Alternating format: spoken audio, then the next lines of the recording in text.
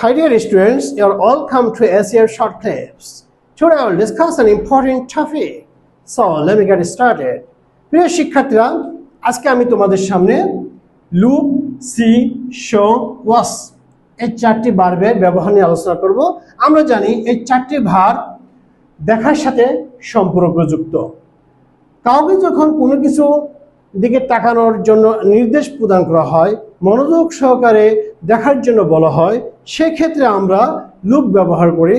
মনে রাখতে হবে লুকের পরে অবশ্যই আমাদেরকে অ্যাট ইউজ করতে হবে। যেমন আমি বলতে পারেন look at the blackboard, look at me, look at the book. অর্থাৎ এখানে বলা হচ্ছে যে মনোযোগ সহকারে আমার দিকে অথবা বইয়ের দিকে অথবা ব্ল্যাকবোর্ডের দিকে তাকাও। দ্বিতীয় যে ভার্বটি আছে সি, এই ভার্বের অর্থ হচ্ছে দেখা। এই দেখাটি হচ্ছে তখনই হবে যখন কোনো কিছু স্পন্টেনিয়াসলি আর অটোমেটিক্যালি আমাদের চোখের সামনে চলে আসে, সেক্ষেত্রে আমরা সি এই ভার্বটি ইউজ করি।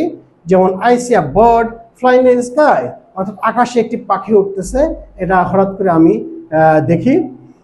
তারপরে শো, দেখানো, অর্থাৎ এই ভার্বটি পজিটিভ ভার্ব হিসেবে ব্যবহৃত হয়।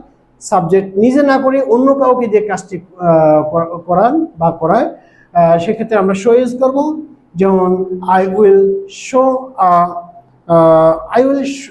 Show you a nice picture. তারপরে আসো আমরা ওয়াচ নিয়ে আলোচনা করি। ওয়াচ অর্থ হলো দেখা।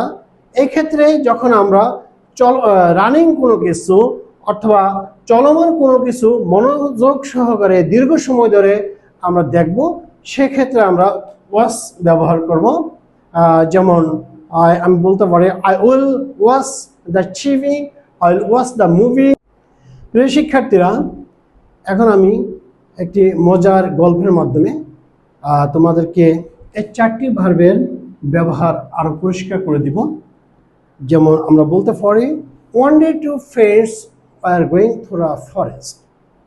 Suddenly a friend saw a bird. He told his another friend to look at the bird, and he showed his friend the picture which he took through his mobile phone. Next or at last both watched the flying bird.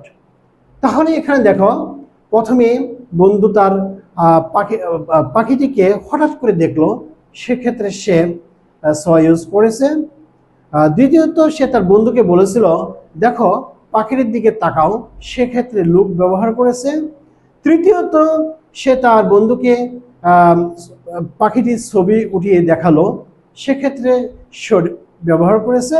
এরপরে দুইজনেই উড়ন্ত পাখিটাকে মনোযোগ সহকারে দেখলো, সেক্ষেত্রে তারা watch ব্যবহার করেছে।